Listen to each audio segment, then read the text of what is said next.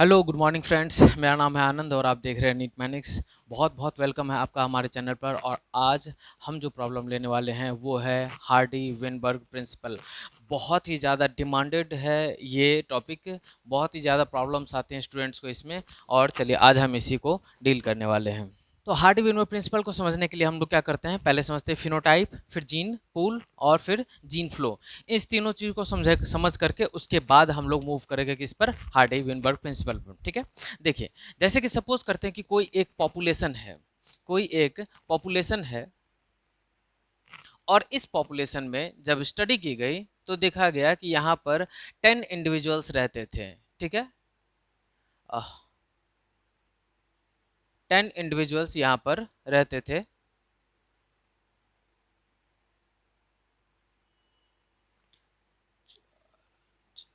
ठीक है, यहाँ पर 10 इंडिविजुअल्स रहते थे और इन इंडिविजुअल्स में हम जानते हैं कि किसी भी पर्टिकुलर एक जीन के बारे में बात कर रहे होंगे तो उसके हर जीन के दो ट्रेट्स होते हैं। ठीक है, हर जीन के लिए दो ट्रेट्स होते हैं।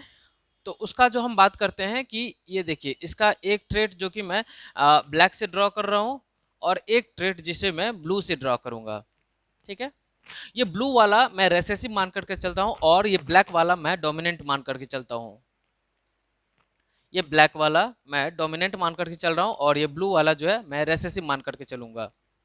ठीक है, ये देखिए, ये इस पॉपुलेशन में मैंने जब ये ड्रॉ किया है, यहाँ पर मान लेते हैं कि 10 इंडिविजुअल रह रहे थे और ये सारे के सारे 10 इंडिविजुअल जो है इसमें से कुछ हेट्रोजाइगस थे, कुछ होमोजाइगस थे।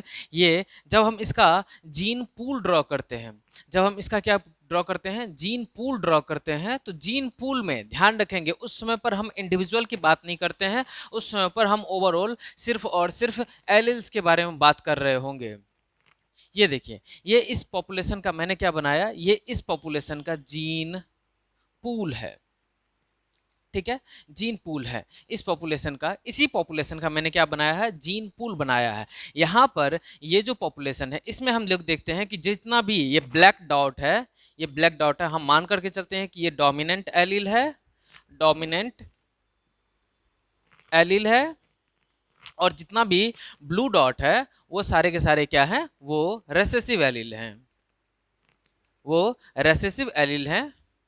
ठीक है, तो जो भी ब्लैक डॉट वाले डोमिनेंट एलील है इसे हम जानते हैं कि हार्डी विनबर्ग प्रिंसिपल में इसे कैपिटल पी, इसे पी से डिनोट किया जाता है। और जो ब्लू डॉट वाला है इसे क्या किया जाता है, क्यू से डिनोट किया जाता है। ठीक है, इसे क्यू से डिनोट किया जाता है। जो ब्लैक डॉट है इसे पी से डिनोट किया जाता है और ब्लू डॉट को किससे डिनोट किया जा रहा है, इसे रेसेसिव को क्यू से। और इनका जो प्रिंसिपल है यानी कि P plus Q is equal to 1, ये इनका प्रिंसिपल है। यानी कि sum total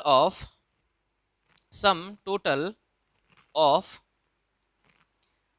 all the allelic frequencies, all the allelic frequencies in any stable population, frequencies in any population which is in equilibrium. वो पॉपुलेशन किस में रहना चाहिए, इक्विलिब्रियम में रहना चाहिए, विच इज इन इक्विलिब्रियम। ठीक है, वुड बी 1।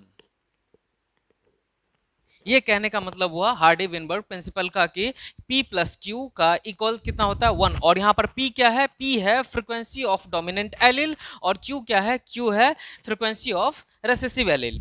और इस दोनों का सम टोटल कितना होगा, इन दोनों ही फ्रीक्वेंसीज का सम टोटल कितना होगा, 1 होगा। किस पॉपुलेशन में, ऐसे पॉपुलेशन में जो कि इक्विलिब्रियम में हो। अब पॉपुलेशन के इक्विलिब्रियम होने के कंडीशंस क्या हैं, देखिए for conditions for any population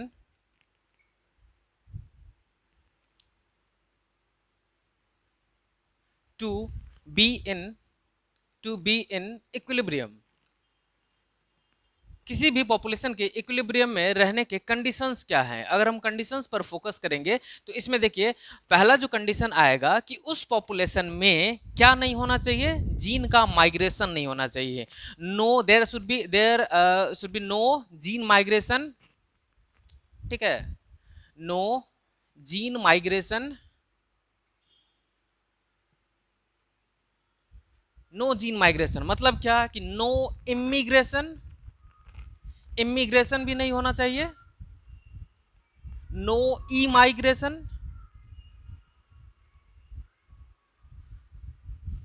ठीक है। इमिग्रेशन मतलब कि पॉपुलेशन में कहीं से बाहर से जीन नहीं आना चाहिए, पॉपुलेशन से बाहर जीन नहीं आना चाहिए, ई माइग्रेशन, ठीक है। दूसरा क्या होना चाहिए, no genetic drift, no genetic drift, ठीक है। तीसरा there should be no mutation, वहां पर म्यूटेशन नहीं होना चाहिए। फोर्थ अगर हम बात करेंगे there should be no genetic recombination, genetic recombination, no genetic recombination, और सबसे लास्ट आ जाएगा there should must not be any natural selection, ठीक है। तो नो नेचुरल सिलेक्शन, ये सारी चीजें वहां पर क्या होनी चाहिए, एब्सेंट होनी चाहिए, तभी जाकर के हार्डी विनबर्ग प्रिंसिपल जो है वर्क कर पाएगा उस पर्टिकुलर पॉपुलेशन के लिए, ठीक है। पर्टिकुलर पॉपुलेशन पर अगर हमें हार्डी विनबर्ग प्रिंसिपल अप्लाई करना है तो वहां पर कोई भी जीन माइग्रेशन नहीं होना चाहिए, यानी कि इमिग्रेशन, ई माइग्रेशन, यानी कि जीन फ्लो नहीं होना चाहिए। जीन फ्लो क्या होता है, एक पॉपुलेशन से दूसरे पॉपुलेशन में कुछ जीन का माइग्रेट कर जाना, कुछ एलिल्स का माइग्रेट कर जाना, ठीक है। दूसरा जेनेटिक ड्रिफ्ट नहीं होना चाहिए, जेनेटिक ड्रिफ्ट को मैं कवर कर चुका हूं, आप लोग जेनेटिक ड्रिफ्ट जाकर के देख सकते हैं। उसके बाद वहां पर म्यूटेशन नहीं होना चाहिए, यानी कि जीन में सडन चेंज नहीं आना चाहिए। उसके अलावा जो जेनेटिक रिकॉम्बिनेशन है वो भी नहीं होना चाहिए, और नेचुरल सिलेक्शन तो बिल्कुल भी नहीं होना चाहिए। ध्यान रखेंगे ये सारे के सारे जो है फॉर्मूलाज वहां पर अप्लाई नहीं होने चाहिए, तभी जाकर के हार्डी विनबर्ग प्रिंसिपल अप्लाई हो पाएगा। और देखिए जब हम इक्विलिब्रियम की बात करते हैं तो ध्यान रखेंगे एक बात का कि हार्डी विनबर्ग प्रिंसिपल जो है ये हमेशा अप्लाई होता है किस पर, लार्ज पॉपुलेशन पर, लार्ज पॉपुलेशन पर अप्लाई होता है। और इसके बेसिस पर अगर हम देखें तो हमारा जेनेटिक ड्रिफ्ट वाला कंसेप्ट तो ऐसे ही कैंसिल हो जाता है, क्योंकि जेनेटिक ड्रिफ्ट कहां पर अकर होता है, स्मॉल पॉपुलेशन पर या फिर वेरी स्मॉल पॉपुलेशन पर, स्मॉल पॉपुलेशन या फिर वेरी स्मॉल पॉपुलेशन, वहां पर जेनेटिक ड्रिफ्ट अकर होता है। और ये लार्ज पॉपुलेशन के बारे में बात हो रही है यहाँ पर, ठीक है। तो यहाँ पर ये चीज वर्क नहीं कर पाएगा। नेक्स्ट हम लोग देखेंगे इसमें, देखिए जब हम हार्डी विनबर्ग प्रिंसिपल की बात कर रहे होते हैं तो हार्डी विनबर्ग प्रिंसिपल क्या स्टेट करता है कि all the sum total of allele frequencies would be equals to 1, यानी कि जो डोमिनेंट एलील का फ्रीक्वेंसी है वो और रेसेसिव एलील का फ्रीक्वेंसी है, दोनों का सम टोटल कर देंगे तो वो कितना आ जाएगा, 1 में आ जाएगा। इसको जब हम लोग बाइनोमियल एक्सप्रेशन में कन्वर्ट करते हैं, बाइनोमियल एक्सप्रेशन, जब इसे हम लोग बाइनोमियल एक्सप्रेशन में कन्वर्ट करते हैं तो ये कैसा हो जाएगा, p प्लस क्यू इसका होल रूट, ठीक है, ऐसा हम लोग कर सकते हैं। और ये बाइनोमियल एक्सप्रेशन में आ जाता है 2pq plus q square is equal to 1। Clear है ना, यही तो है जिसे कि हार्डी विनबर्ग प्रिंसिपल कहा जा रहा है। ध्यान रखेंगे यहाँ पर p जो है वो एक एलील को रिप्रेजेंट कर रहा है, कैसे एलील को, डोमिनेंट एलील को। p represents dominant allele, dominant allele frequency, ठीक है। डोमिनेंट एलील का फ्रीक्वेंसी, नॉट इंडिविजुअल का, यहां पर एलील के फ्रीक्वेंसी की बात हो रही है, ठीक है। और Q represents recessive, recessive allele frequency,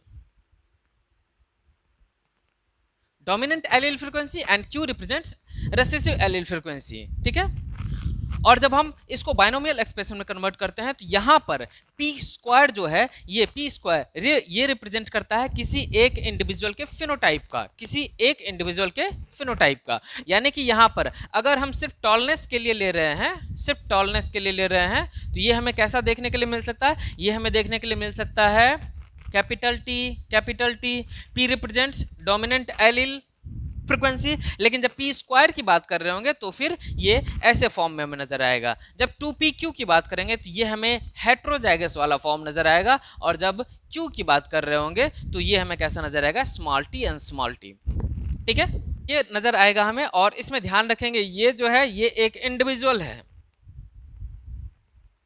ये एक इंडिविजुअल है, ये एक इंडिविजुअल है, ये एक इंडिविजुअल है। हर एक क्या है, यहाँ पर एक इंडिविजुअल के बारे में बात हो रही है। यहाँ पर किसके बारे में बात हो रही है, यहाँ पर एलील के फ्रीक्वेंसी के बारे में बात हो रही है। ध्यान रखेंगे, क्वेश्चन पर हमेशा नजर रखेंगे। क्वेश्चन में हमें एलील का फ्रीक्वेंसी दे रखा है। फ्रीक्वेंसी भी आपको दो तरीके से दिया जाएगा, या तो इस तरह के फ्रैक्शंस में दिया जाएगा या फिर परसेंटेज में दिया जा सकता है। ठीक है, या फिर अगर ओवरऑल पॉपुलेशन में किसी इंडिविजुअल की बात करें तो ये भी आपको किसी परसेंटेज में दिया जा सकता है कि इतने परसेंट, या फिर नंबर में दिया जा सकता है कि ओवरऑल 20 आउट ऑफ 100। ठीक है, ये दो चीज ध्यान में रखेंगे। और इसके बाद हम लोग देखेंगे क्या, हार्डी विनबर्ग प्रिंसिपल से रिलेटेड क्वेश्चंस। ठीक है, वो हम लोग नेक्स्ट वीडियो में देखते हैं।